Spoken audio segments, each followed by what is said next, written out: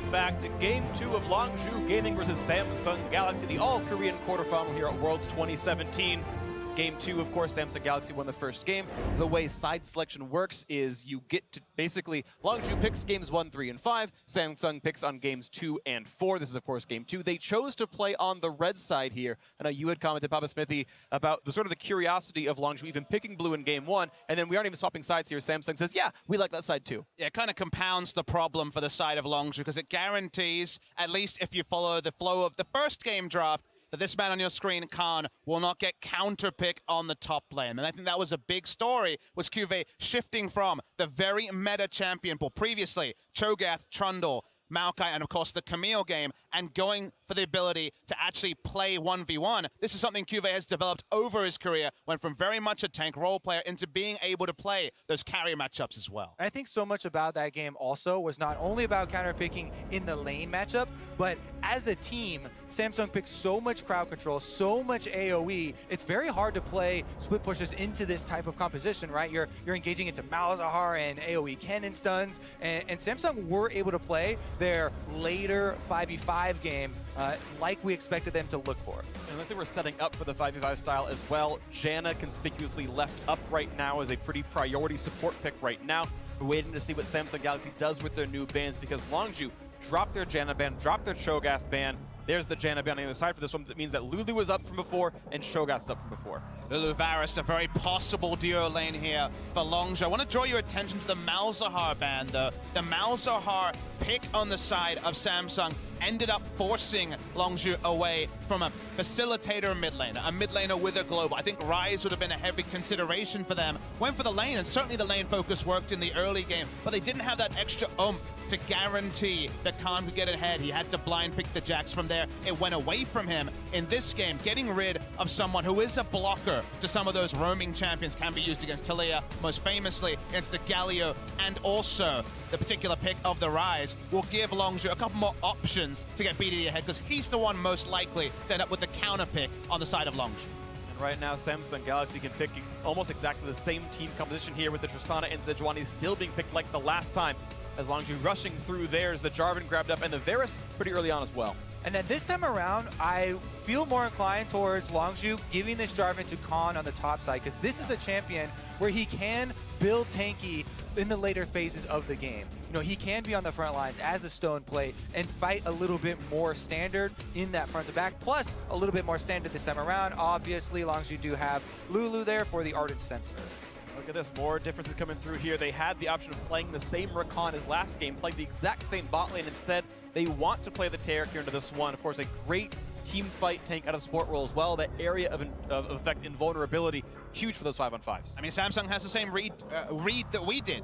All right, Longzhu, you tried the split push, you tried the Jax, go more towards the team fighting. They take the Taric, one of the best team fighting supports. Sejuani as a premier frontline. You see the Ryze will already be banned. So this Malzahar Ryze tug of war that was won by Samsung, blinding the Malzahar and preventing the Ryze from really being a realistic pick, is once again happening in this series. See what happens here. This one, Cassiopeia adding to the mid lane ban pools as BDD gonna hope that he can get himself an advantageous mid lane matchup, and that flex Jarvan can work out in the end. Krag is still off the table, of course. Again, a jungle ban out from Samsung Galaxy, expecting that Jarvan to go top. And it's that eerie feeling I had before this series when I talked about Samsung's preparation. It feels like they are suddenly that 1 inch ahead in terms of where Longzhu wants to go. It does feel like Khan will be taking the top lane Jarvan in this game. Taliyah is also a big pick for Crown, who brought it back into the meta after the nerfs took it out of Worlds 2016. And he'll actually be the one blinding it in this game. Yeah, we'll see if he's actually able to gain any sort of space to roam again, though. You know, Ambition is back on the Sejuani, and we'll see what Cuz has in store for him, because it looks like it'll again be the Jarvan into Sejuani matchup as the Cho'Gath is locked in for Khan.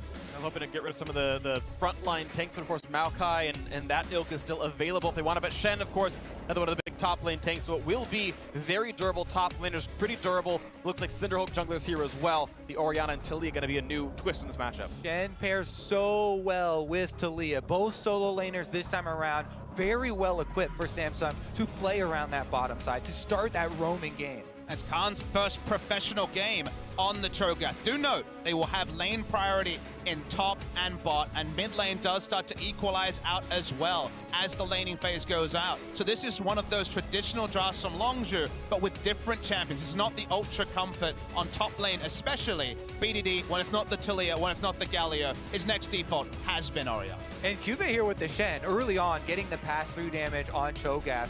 You can get some really good trades. It's all about, can the Cho'Gath actually get up to the minion wave, to utilize the passive and heal back up. And again, the junglers, we're watching so close for how they're going to affect those early lane matchups. Jungler is certainly a big deal in this series. It went contrary to what we expected coming into this one, where Ambition had been toothless entirely in the early game. This time around, though, had gotten 2 successful ganks off, got kills on both of them, and really kept a lot of that early game pressure alive because Longzhu were kind of winning almost all of their lanes. Got that first turret gold, the game still remained close. We'll see if Samsung Galaxy can once again hold on. This time around, though, the composition's much more similar. They're 5v5 fights on both these sides. Lulu Varus versus Tarek Tristana. Personally, I'd give a lot of edge to Tristana having more damage in the late game team fights. We'll have to see just how Prey can do it because he is absolutely one of the world's best, especially on a signature Varus. Always hurts the 80s damage numbers a little bit as well if they're playing against the Spirit's Refuge and blocks out key auto attacks during those team fights, but Prey, especially on the Varus, did have that 1500 DPS game. It was absolutely insane. Yep. It was definitely playing against 2 health stacking tanks, which Varus and all his percent hit Ruined really thing against Stoneplate, a little unfair for damage numbers. That's all. That's pretty biased, but we are into this one. Prey gonna find some opponents. First time we've seen Samsung with this lineup go for anything other than a full 5-man point defense. So Samsung already showing kind of adaptation that was on play in game 1. Invading here, and for Longzhu, it does feel like the mid game is really their refuge to actually find a big advantage. In the early game, it's going to be a bit of a struggle when the globals are online to actually make the sort of tempo plays, the invasion plays, the proactive plays that Longzhu are known for, because there is a lot of those global abilities. In the ultra late game, I really can't look past Tristana Tarek as just being oppressive in a true 5v5 fight. So it feels like the breakpoints here for Longzhu are pretty narrow. Doesn't mean they can't do it, but they would not want to fall into 2 games on the blue side, 2 defeats, and already require a reverse sweep for their world's life. But that's actually on the plate right here. Now getting ahead of ourselves a little bit, of course, it's the beginning of the game. Minions have just spawned, and it all comes down to execution more often than not here. Red buff start for Cuz Jarvan here on the bot side. His 3rd Jarvan game, really, of his entire career. He's almost always given that champion over to Khan on the top lane. Not the case, of course, here in this series. Very similar sort of starts for Ambition as he started on his top side near his red buff, but yeah, it's going to be a multi-camp clear. He started out Talisman, and it's going to be part of the Raptors into Wolves into maybe his blue. Ambition throwing up his pathing, and Samsung also getting deep vision and knowing where Cuz started, something they hadn't been doing in previous series. So we keep mentioning this laundry list of things Samsung need to work on. The laundry list is getting shorter as they continue to adapt. Maybe some big plays could be required out of Longzhu. And speaking of which, throughout this weekend, make sure to add hashtag World's Big Plays to the moments that make you take to Twitter. We'll be on the lookout so you can share your tweets with us throughout the knockout stage. We'll show off how acute you are at seeing the big plays here in this one as bot lane starts the battle, and it's an early push actually for Samsung Galaxy. Meanwhile, Cuz gets the early Scuttle Crab. Double buff right into securing some vision around that top side for Khan on his Cho'Gath. Playing fairly defensive right now, just going to let Cuvée push into him a little bit. They have no eyes on Ambition. And if Cho'Gath loses his flash, so easy for repeat ganks. And we've seen a lot of Cho'Gath actually even get camped early on and focused and kind of give away so much pressure in that early game because of overextending in lane. That's why so much effort from Longzhu was put around setting up the top lane Scuttle Crab, getting the coverage vision to allow Longzhu to just push away. That's why also Prey and Gorilla were very much on the back foot in bot side. Letting Khan control the lane top side by largely having Cuz around there. It's a good way to ensure that those early game repeat ganks can't happen for Khan. Got to make sure we keep track of the junglers where they're going. Cuz going to get both Scuttles in the first round of the jungle. Ambition level 4 already, getting everything but the Krugs for himself. And looking at this top side, as we mentioned, Khan's been being pushed in, and that wave's still very far away. So the best Ambition has is a counter jungle, or sorry, a counter gank, as he gets his own Krugs. The rest of his camps are all seen. Cuz right now down a level though, and down one of the camps.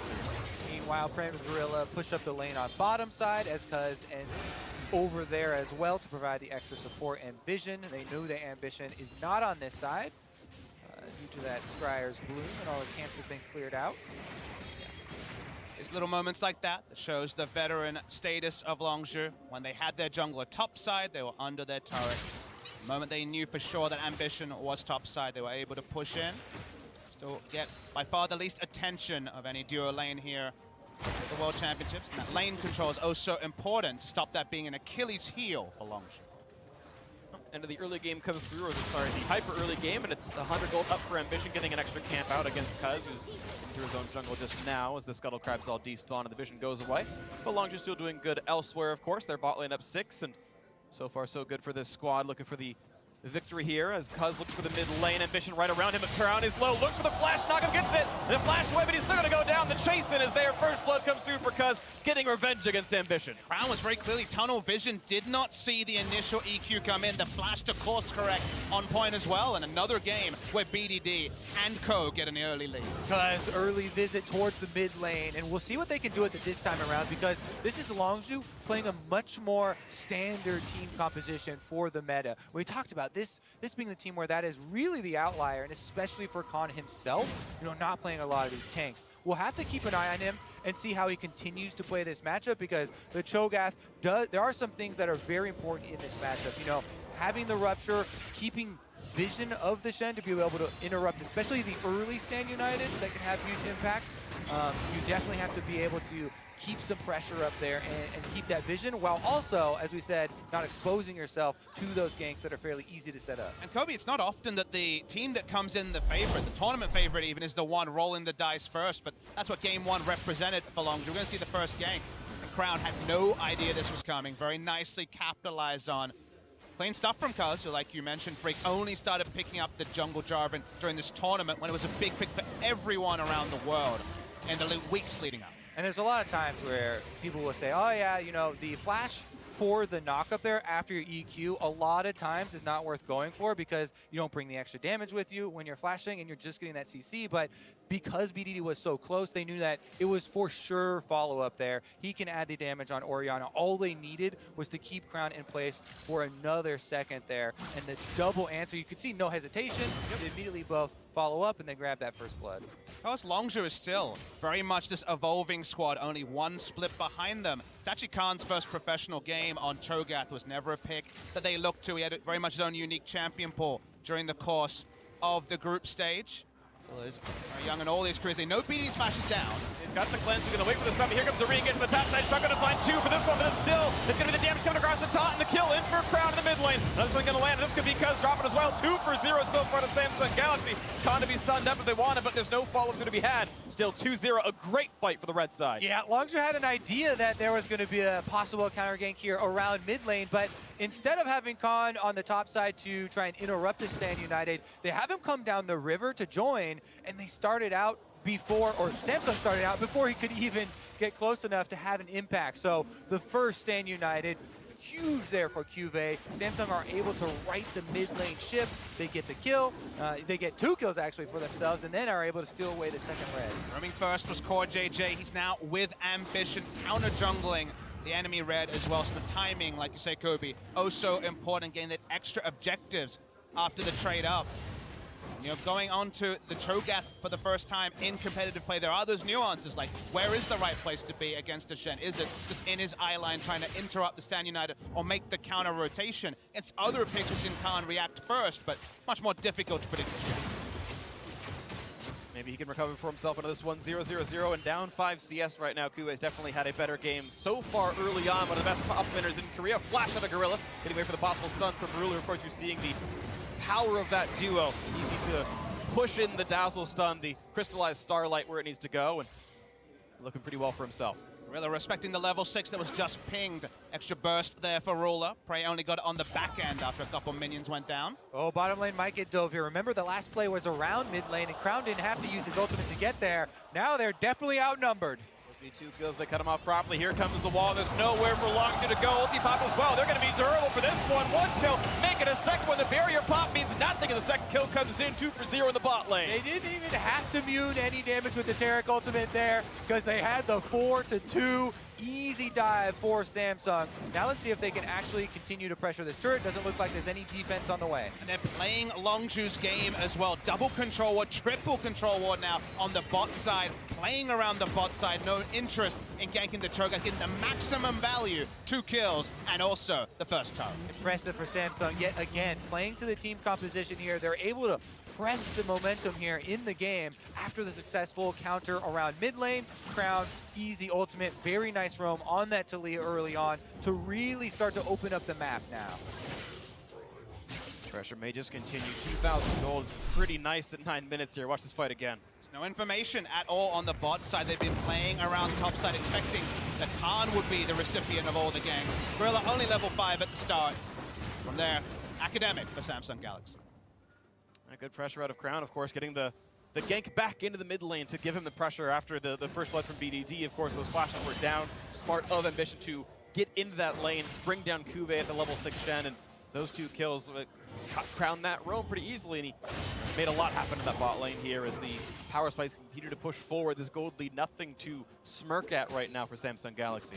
And again, gold leads are one thing, and item completions are another as well. Not only are Longzhu in a gold hole right now, but you're about to hit that point where Rageblade is half completed. Your next purchase would have to be a big one. You do not want to go back for a small purchase because Blasting Wand does not give you combat effectiveness, and there's going to be a power trough here. In addition to the gold disparity, you know, the power disparity is huge. And that's why Samsung don't go topside and try to get another turret, try to increase the pace of the game, and allow answering gold to go to Longzhu. What you want to do in this scenario is make Prey and Gorilla accountable for as long as possible, because they just don't have the items to take standing trades against their opponents. Tristana has the option of staying in lane or just using the BF sword to rotate around. They're doubling down on their advantage. Longzhu actually being able to get any semblance of control bot side after what happened with the Talia who can roam, with the control wards are already prepared, is difficult. So you're actually ending up denying CS to the Prey and Gorilla, even though it's only 11 minutes into the game. You see right now, life is difficult for this dual lane. Not a lot of wards in that jungle. There is one that spots the Sejuani moving down, so they know what's going on. And as you're seeing, Gorilla playing very far back as a result, kind of Prey the same, but it allows the wave to push into that tier 2 turret. There's always that threat of Ambition coming down. Crown the same. And this, again, should be spotted to a certain extent. The rewards around, but how much can you really do against Ruler here? Yeah, even if they spot it, you know, a Shen Stand United is available as well, and all you can really do is try and defend at the turrets here for Longzhu. They're doing their best to clear out some of the vision, but the threat is so big here from Samsung. Nice smite. All right, Cuz got something. The little victories, because maybe they won't get the big ones here into this one. So he doesn't go up the hole. Clears out a ward, smites the big chicken away. Whew. Nice to hear. Unstoppable. Irony of this game cannot be lost on viewers, though. We're seeing Samsung use the same sword, in fact, stab Longzhu with the sword they've been wielding for the better part of the summer season into Worlds, playing the same sort of style. The Talia certainly one of the big comps that Longzhu default over to. Longzhu now adapting more of the meta, going for the Cho'Gath, and Samsung executing in a way that they never really were able to in the group stage. There's been nothing but praise for all of the players on Longzhu from every other player at the Worlds tournament about how good they are at their position and how little they could do against this team. But Samsung are just swinging away here, back-to-back games, and this one looks very good for them as well. And Longzhu fall behind with these Rageblade carries. They largely like to keep a 4-man group and have Prey solo down a minion wave, just queuing them, just farming to get to the Rageblade spike. That blasting wand, everyone who plays AD carry shakes their head, knows how bad that feels for now. They still can't look for standing DPS trades unless they know for sure the enemy AD carry is going to be out of it. They'll be low on down. Ooh, the knockup actually gets him through, and the polybomb there as well. Shockman buys even more time, and the kill does come in. The layered crowd control. I don't know if Ruler had the chance to flash, but it never did hit the ability, and now Rift Herald, if it doesn't run out of patience, it does though. Say no more, Papa Smithy. He is out of it. Ruler is dead. Flash and Barrier are available, but he just got CC'd from 100% to 0 almost. Got a bit like week 1 Ruler, where he was really struggling to have those late game impacts. Picked it up for week 2, but dying with everything available seemed like an impossibility. Could have said the same about some of Longzhu's decision making in game 1. Especially the Barrier, right? You can cast it all time. Because if you buy a little bit more time with the Stand United coming in, you know. Shen's there, maybe you can get the dodges, yeah, but Either way, it did land well for Longzhu, so something to go back into this one still. 1,500 gold to come back from as we watch this one more time. Maybe he didn't think he needed it, but here we go. They get the interrupt initially, and then Gorilla immediately polymorphs him afterwards. Shockwave is able to get that. That was actually a surprising amount of burst damage to put out there. It looked like 400 HP, and then he was dead, so still no excuse. Could have gone for the earlier barrier, but taken down, and look what's completed. Rage Blade out of nowhere for the side of Prey. They also have already completed the Ardent Sensor, so when it comes to standing damage trades, the game kind of takes a left turn that wasn't on the cards until Ruler made that critical solo mistake. An important power spike certainly for Varus, and it's a really nice linear growth from here. Hurricane's great to buy a Blade of the Ruin King you expect against triple melee. You know, especially tank melee, he's going to get plenty of damage out of that one, so Prey's going to be pretty happy skilling throughout the rest of this one. Art Center done on both these sides as well, of course. And yeah, I think Longzhu have kind of crusted over some of the really difficult parts of this game and can look quite a bit better. Waiting to see if they can keep this one going as the fight for the blue buff is in, but it's in Fog of War. Can't quite get that one. No slow to land thanks to Frost Armor, and blue will be handed over to BDD. Gets that cleanly enough. Ooh, and they cut him off actually. Gives it a little bit of extra free time to Ruler, but only gets a few auto attacks off. Pulls Dagger with the satchel charge, and a half HP turret as long as he looks for back a little bit more. Prey won't pull the ultimate. Rocket Jump would be there in time. Again, when you look at the bottom lane, it's not that big of an issue because if they're both close to each other, they cannot join these fights. Yes, the teleports are available, but both of them can interrupt each other. So both of these four-man squads defending very aggressively here. And as you said, the Rift Herald is available for Longzhu if they really want to push it. Oh, they're cheeky at all. Half health turret would go down. A little bit of a stun. Now Khan's got to be careful. Getting away with it. Does not get pushed back, but he's got to watch out for taunt range. Looks like he's going to kite them back and stay alive as BDD was coming over to save his life. Cuz nearby as well, meaning a soon 3v2. Means no more fights to be had. And often see the smooth moves from the Cho'Gath, but able to walk away there and not even have to use his flash. Top lane tug of war, kind of being all around the vision control. Longzhu being able to establish the two control wards around their blue buff have been able to actually push up and equalize lane pressure with Samsung, despite how the early game went and the globals available. Samsung, they know the Weavers will, of course, on cooldown for a little bit longer, so the pace slowing down a little bit, given how things started, is the first part of a multi-part process to bring Longzhu back into the game. It is just so strange. You talked about how backwards this game feels with Samsung Galaxy winning early. Longzhu saying, all right, we'll actually play for team fights and not the 4-1. We're hoping to scale it to light. And Ruler got a face check in the Prey. A lot of damage coming across. Juke's away from the stun, but this could be enough for Gorilla to drop down. Look for a bit forward. There's Shielding coming across. There's no way for Prey to get any more damage in. As the rest of the team joins in as well. Cut's quite low. The flash backwards. A nice knock at the buy some time. In the wall, Weaver's wall won't quite find the rest of the team, but it is BDD isolated, coming in by himself 1v4 and flashes just to get himself killed regardless. 1-0 Samsung. He did not have the lane priority for BDD to walk straight down. He's pincered by Crown and taken down. Even if the 4v4 fight was so even, it's now not 4v4. Ooh, a drop comes in though, a kill through for Khan, getting one for himself with a trade back as Cuz gonna lose his life. A nice little bit of damage out of Kuve's Shen. One for one on the bot side. Still though, it means lane pressure for Samsung Galaxy in this top turret to fall. Exactly, Samsung still with the extra man advantage here, and they will claim this objective afterwards.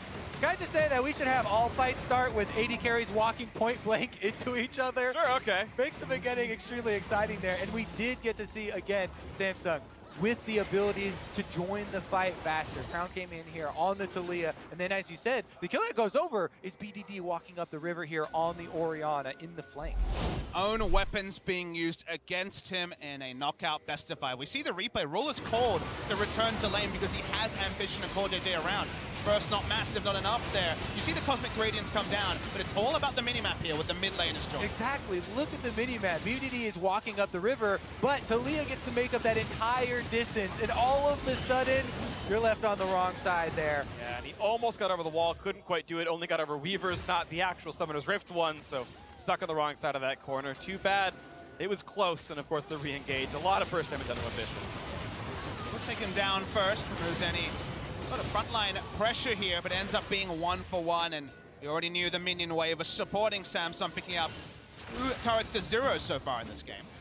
Really pretty safe on that one. Gets the rocket jump in time to get out of the rupture from Khan, but Mountain Drake alive, and with Ruler on the other side of the map. This could be a little bit of something. Kube has teleport, though, if he wants to join this fight, or he might give it away. Again, Longzhu are on a timer here. Both side lanes pushing for Samsung. They could collapse at any moment here. Teleport starting to channel for Shen. Crown backside. Oh, it's going to be a pickup there for the blue team, and here comes the Giant of vulnerability. The first kill coming through already for Crown. 1 for 0, and Cub's going to drop, making it a second one. And it's going to be a Giant stop on the backside. This could be everything they need. Shotgun to buy a few seconds, but it doesn't matter. A triple kill coming across. 2 actually back in, but Khan not going to lose his life. BDD the last one to remain here, but he's in a 1 versus 3, and Crown gonna have the damage. King Me, a quadra kill for Samsung's mid laner. Samsung are setting the pace of this game, the tempo of this game. They decide to fight. Prey does not have the 2 items he traditionally does have, because Longzhu are the ones deciding when to fight traditionally. Tradition's gone, opposite day is here, and Samsung Galaxy are careening through me. Yeah, the game just cracked wide open here for Samsung. They're able to get tremendous amount of pressure with 2 turrets in mid lane, huge minion wave pushed into the bottom lane, able to clean so much off of the map after this. And we know Samsung Galaxy has this power. They had this run themselves in the last split, or last year. We'll see this fight again first, though. BDD once again is separated from his team. Look at him hopelessly walk forwards and back, forwards and back. Doesn't even have flash to try to go for an aggressive flash over the wall. Prey was getting auto attacks up, but unfortunately it was a Sejuani or an altered Cosmic Radiance target. He could do nothing. There have been so many questions for Crown with his summer performance in the LCK very much lacking. You know, which Crown will we see here at the World Championships? How much are we going to get out of Crown on this stage? And he's definitely showing up here. Huge plays for him so far. And as much applause from Samsung themselves as the audience here in Guangzhou. Again, I want to bring up the point I did before the rudely interrupting replay showed up here. Samsung Galaxy, last year around this time, put their new roster together, beginning of summer split. Crown got the start, Core JJ, and the rest of the squad all lined up here. And they made it to the World Finals. Almost out of nowhere, they were a top 4 finisher in the LCK, and they made that beautiful run. And in spring, Crown was the MVP. It seemed like they would keep it going. They'd be such a strong team, but summer, it started lacking. Crown himself started being overlooked. BDD was then the MVP of the summer split, and Longzhu is the new hotness. And it looks like Samsung Galaxy looking to reclaim that crown. If you guys remember the opening day tease in the week 1 of groups, week 2 of groups, a lot of people were saying, we got to Worlds. This is the place. What happened before doesn't matter. And I think when people looked at this game, they felt the same way. They were like, there was a regular season, there was a spring and a summer. But think about this tournament. Longzhu's been on a tear, and Samsung have looked weak. But again, this is Longzhu versus Samsung. It's a Korea versus Korea match. It is an extension of what happened in the summer season. So actually coming in here, you can see that actually the earlier tournament meta has been turned on its head, and Samsung can play proactive as well as Longzhu. And even last year at Worlds, in Korea versus Korea, best of 5, people did not expect Samsung to push SKT far at all. Yet we got 5 games in that series. And here, at least we're going to get that. Samsung don't want to even let Longzhu have that many. And it's been a pretty remarkable run. I know a lot of people coming in saying, why isn't KT Rolster here? Samsung Galaxy, they look like pushovers this one, but they won that regional final match to get the spot, and now up against the toughest competition you could probably have at Worlds, the undefeated Longzhu up until now, looking very solid. They won game 1, game 2 looking good as well. 6,500 gold up in 22 minutes is a sizable advantage. Looking to close it out to be a 2-0 start in the best of 5. Wherever Core JJ is, very difficult for Longzhu to do anything, because you can just pop the Cosmic Radiance if the team is grouped. Talia will rotate first. Shen will rotate first over the Cho'Gath. Basically, wherever Samsung goes, you can see Longzhu going one way, and that's defensively. And basically the whole map, especially the Baron side, is controlled by Samsung. Samsung's comp is so difficult to deal with for Longzhu at this point, because Samsung have so many tools to start out the fights, and then, as you mentioned so many times here with the Taric, they have the tools as well to ensure that they can survive the duration of that fight. Makes it very difficult for Longzhu to try and navigate those big ultimates. Taric definitely an exceptional Baron support here. AoE Ardent Sensors, even on the tanks and the mages, actually can make quite use out of the auto attacks. Ambition taking away the Wolf Camp here, getting more and more farm away from Cuz. Khan, ulti grabs himself the red buff, no chance. How many times do we have to see Samsung push in, contest, push up vision, and then go back to the Baron that we know there's been no ability for Longzhu to ward before they use the other thing Turret can do so well. We see it this time. They're very fast Baron power, and Longzhu, understandably, are on the back foot and slow. Teleport coming in, but the Weaver's ball prevents it. Cuz gonna try. He can ult, he can flash, but it's half HP. Doesn't look at knocked back, but does get stunned up. Here's the ulti pop. This could be the team fight. Samsung not quite able to kill Cuz, and this is the Taric ulti down. Cataclysm a bit early. Shotgun looking up by the front line. That is not major damage. Stoneblade pops here by Khan. Staying alive a bit longer. Finds the silence. Push back into the team. Watch out for Prey. Down a half HP from a crit out of Ruler. This will be a disengage. What a close skirmish right there. Timing a little bit off, but in the end, nobody going down, and Longzhu did stop the Baron. So at that, objective completed, even though it cost them the Cho'Gath teleport. See? Trying again. Stun on the Cho'Gath. They're going to walk forward. Prey at half HP. No easy way into the fight. Flashes up on everyone but Cuz here. Crown winning around the wide. Samsung trying to bait for the Stand United engage there. They had QV in base, waiting to pull the trigger, but Longzhu again, do not step out of line. And Samsung, just like game one, eventually became a game of chicken around the Baron with the Malzahar. They can just have ambition. Start Baron, peel off, Warmog's healing comes out, rinse and repeat, rinse and repeat, rinse and repeat, and wait for that colossal mistake that we did see a couple of times in the first series. So the Baron focus worked in game one so far, doing fine, but do note, second item completed by Prey, but it is not the Hurricane. It's not for the AoE. He's trying to buff up the damage and hope maybe some magic resist shred will help out the Orianna Shockwave. Magic resist itself, of course, pretty useful against Taliyah, but this is not, I would say, the best team fight item you could go for here. AoE Ardent Sensor is just so strong, and all the on-hit damage from Rageblade the same. And we'll see if it pays off, but I am not looking positively on Prey's single target damage output. See if that's a huge effect or not. Yeah, a lot of times when judging the AD carry buys, and the pros of Wit's End to me are almost always focused heavily on the defense part and the magic resistance that you're getting with it. So we'll see if he's able to survive and by small margins, and the magic damage threats are definitely there on Longzhu, or I mean on Samsung, to threaten him. And Prey has had success with these, half offensive, half defensive builds before. Yeah.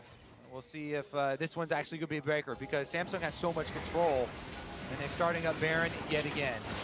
Again, the attempt. Continues. That's now on cooldown. 8,000 health left from the Baron. They're going to peel off his Quarter Day. Goes at about half HP. Weaver's Wall looking for the engagement. They found the stun. Looking for the flashback. Prey going to stay alive, but Cuz going to lose his life. 1 for 0 on this. The re-engage in, and they're going to get the second one. Godlike as Crown continues. 100% kill participation. 13 kills in 26 minutes. It's so easy for Samsung. There's no teleport on Khan, and of course, Stand United and teleport available from Samsung.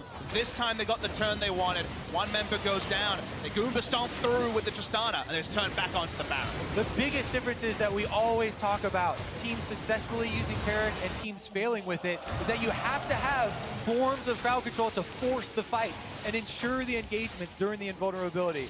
Samsung just forced this so hard immediately as soon as Longzhu come down the river to face check. Ambition is in there. Stand United's on top of him to Leo Wall, and there's no fighting back. And Cho'Gath is slowly walking. There's nothing he can do. The fight is over before he even comes into the picture. Maybe buys Gorilla a couple more seconds of life. You're right, Kobe. They may have Orianna and Jarvan, which sounds like an initiation combo. It's not going to be threatening the backline. It's not going to be able to get big damage there. And Prey, to me, probably went Wit's End, because they're not going to choose when a fight starts. He's probably going to dump a lot of Hurricane bolts into the Cosmic Radiance. He's just trying to survive. Do that, but it's going to be pretty difficult. The gold lead almost 10,000 right now, a 25% gold lead nearly for Samsung Galaxy. Things down the line, every single member has more items, more levels, more gold, more everything. As another turret's going to fall right here, making it over 10K now. 10.5, Samsung Galaxy poised, making a 2-0 start against almost every single expectation. Longzhu looking completely out of sorts here against Samsung, and the questions are already arising of how will they be able to recover in this series, if at all, after such a strong showing here in game number 2 for Samsung as they continue to pressure. Yeah, more and more damage coming across. Continue wave for this threat at half HP. Another engage in the top side. 2v1 against Kuba. He's got flash though if he needs it. The silence has already worn off. He's not going to go across the wall just yet. There he does. And gets away from Cataclysm. Burns nothing important. No idea how that was expected to work. He was holding onto his cooldown. Still has flash available as well. Does mean they're outnumbered on the bot side as well. The siege continue. Shockwave not going to go quite the right time. Proper buffering from Ruler, casts it late enough that Shockwave lands, and then Rocket Jump comes through. He's messed a couple of those up, so we'll compliment Ruler that time, actually getting the priority right. Brown happily going side lane. Khan hasn't been able to itemize too further into anything real. Ints backs away. Samsung continuing to try and use the Baron buff on all 3 lanes, pushing in these minions and chipping away at the turrets. Here comes the Weaver's Wall to help out with some isolated damage on mid. Locks out BDD, and that means bot turret's going to fall mid lane. Sure to drop as well. The damage is in. 2 more turrets have fallen.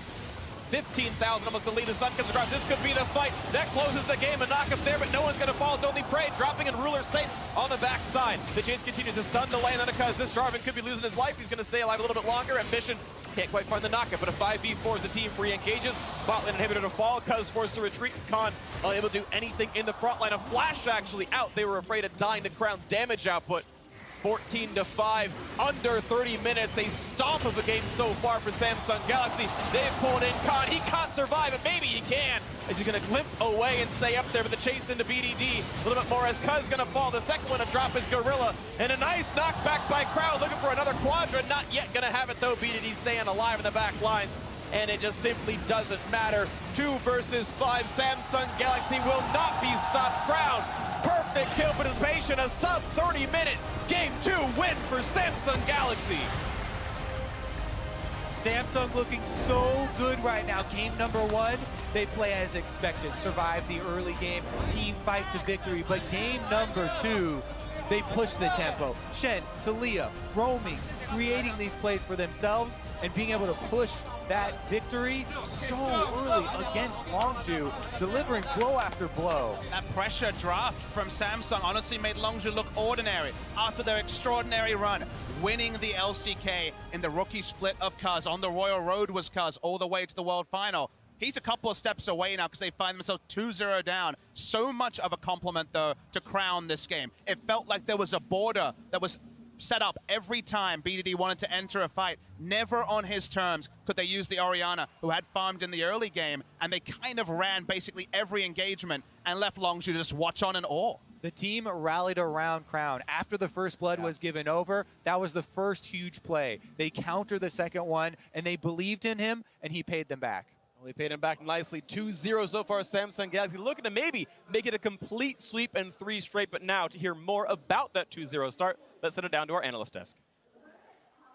Thank you very much, gentlemen. Best of 5s are all about adaptation, and Longzhu has to take a stab at it, remaining on the blue side.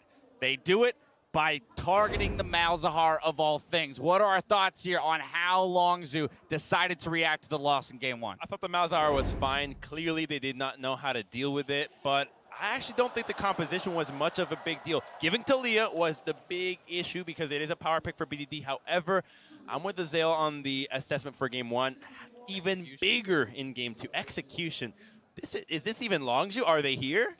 It just doesn't feel like the same team, right? I watched so much of them in LCK Summer, so impressed by them there, so impressed by them in the LCK playoffs all the way, against SKT, looking dominant. Then in groups, it just felt like they're impressing more and more and more, and you can say what you want about perhaps them having an easier group than we had thought. Maybe the comparisons were somewhat off there, but even just mechanical errors, it feels like the decisions they're making, it feels like the way that they're playing the fights is not the same as what I have seen over the past few months. I just want to give credit to Samsung for that, because I think Samsung are just playing so well. This draft, amazing, in my opinion. I think this draft was so good from Samsung. From Samsung, yeah. From Samsung, of course, because first of all, they have this setup with a Shen and a Talia, meaning it's so easy to either defend mid with Shen or go bot lane where you have a Taric that can set up a tower dive against a Lulu who can't stop it at all. So I love the setup for them with the overall comp. And I have this rule coming into Worlds saying BDD or Crown should never, ever get Talia. Ever. And clearly, even when Koreans are playing each other, that should not happen. Hey, look, Deficio, I didn't give it to them.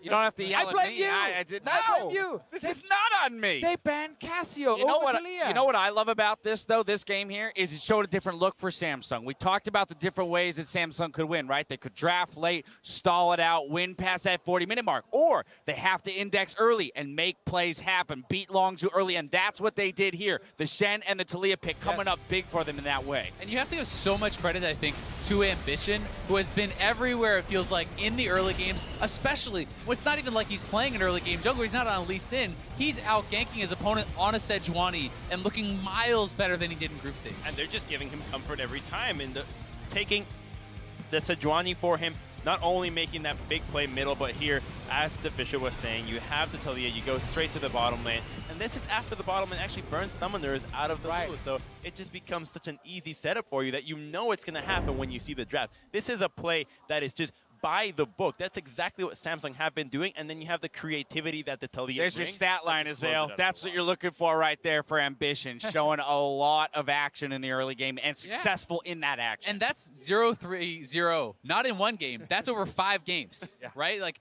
pre-15 minutes, he did nothing, and he has been pivotal for them in the early games today. Very much so. Also, the replay we just saw right there once again shows why the comp made so much sense from Samsung's side, because when BDD is picking Orianna here against Talia, he's never going to assist his side lanes. And then it doesn't matter if you have these Lulu Varus that can actually push the bot lane, because they're never going to get any help. Talia can always go down first while Orianna is stuck there, add in then a jungler, maybe even a Shen ulti in a later fight, and then suddenly you have 5-man bot lane just killing Longzhu right there. You do have to question, though, even before the Talia was down there, even before the Shen was down there, this is supposed to be far and away the best bot lane in the world, drafting an advantageous 2v2 and going just about even, right? Where are the advantages for Longzhu that we were expecting coming into this? It's supposed to be, maybe it's Khan and Kuve going close, going head-to-head, but everyone really thought that Longzhu's bot lane was the superior. Crumbs, get in here before I push us forward. Well, I felt like the draft from Longzhu they gave up the win condition that they typically have, giving away the Talia and then Khan succumbing into the Cho'Gath. He has never played a tank in his entire LCK career. And now they do it after they got smoked game 1. Not too confident. I think just with the bot lane point, you can't apply pressure yourself in a 2v2 if the enemy mid laner and even enemy top laner can go to your lane so easily. It just makes it impossible to play aggressive. You will get ganked, Taric will stun you, you will die, and it stops Praying Gorilla from being able to win lane. Right, but we're looking at Praying Gorilla, right? One of the best bot lanes in the world, and they are struggling. I do want to take a look at the dragon fight that took place in 19 minutes. This is an ace and a quadra kill here for the mid laner, brought to you by Acer Predator. And this fight just starts out with a beautiful wall out of Crown. You have a 4v5 already, so it's almost impossible to lose this fight at this point. They try their best, but can you really do anything about it when the setup is so pristine out of Samsung? And I think the Crown really also deserves a massive amount of credit because he's another guy, if you're looking statistically, he really did not get much done. In the group stages, either him and Ambition have been playing so much better, and the fact that they are rising to the occasion is super impressive. And you talk about the importance of Prey for this Longzhu squad. Of course, when you're getting zeroed out at the beginning of a fight, it's hard for you to put damage out, but I just want to throw this number out for you.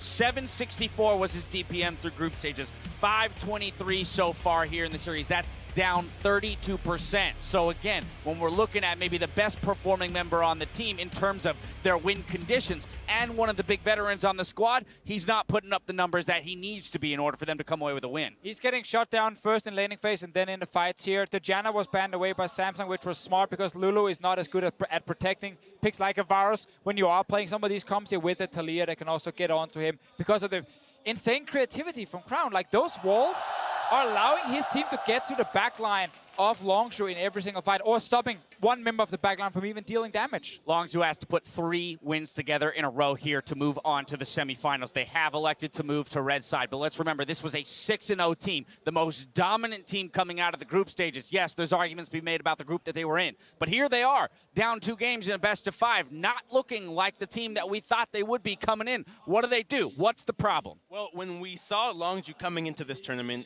we saw them as the new greatest team ever, but there was one flaw, one possibility for them to fail, and it's that it was a team without international experience. 3 rookies relatively new to the scene alongside Praying Gorilla. We thought, are they going to perform very well? Group stages proved that, in fact, it was too easy. They did not get tested enough there, and now against a real opponent, a real tough opponent, a Korean team, the strongest #2 seed, it's too much for them. And to me, as far as what do you have to do, I think you need to go to what has worked for your team. You need to build some confidence. Give Khan a counter pick in the top lane. Allow him to actually do what made Longzhu this spectacular team, to take over a lane, to get pressure in the side, and allow their bot lane to try to be the ones absorbing the pressure and not necessarily having the onus on them. Because as you said, post-6, it's so hard for them to do anything into a draft like this. You know, go back to what has worked all year long.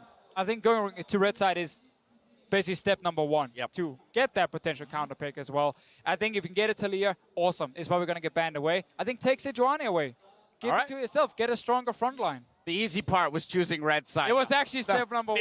No, but yes, it's a necessary step, but it's the easy step. The question will be, what does Samsung have? You know, some kind of ingenious plan for the blue side here in Champs Lock? We'll find out soon enough, rather. Samsung Galaxy are up 2-0 against the current LCK champion. See if Samsung can close out the series against Longzhu Gaming when we come back. Don't go anywhere.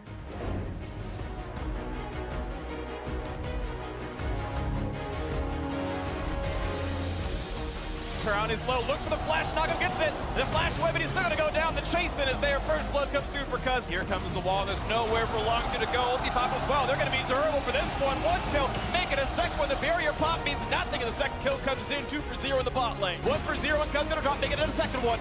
And it's gonna be a giant stop on the backside. This could be everything they need. Shotgun to buy a few seconds, but it doesn't matter. A triple go coming across. 2 actually back in, but Khan not gonna lose his life. BDD the last one to remain here, but he's in a 1 versus 3, and Crown gonna have the damage. King Me, a quadra kill for Samsung's mid laner. Samsung Galaxy will not be stopped. Crown, perfect kill participation, a sub 30-minute game 2 win for Samsung Galaxy.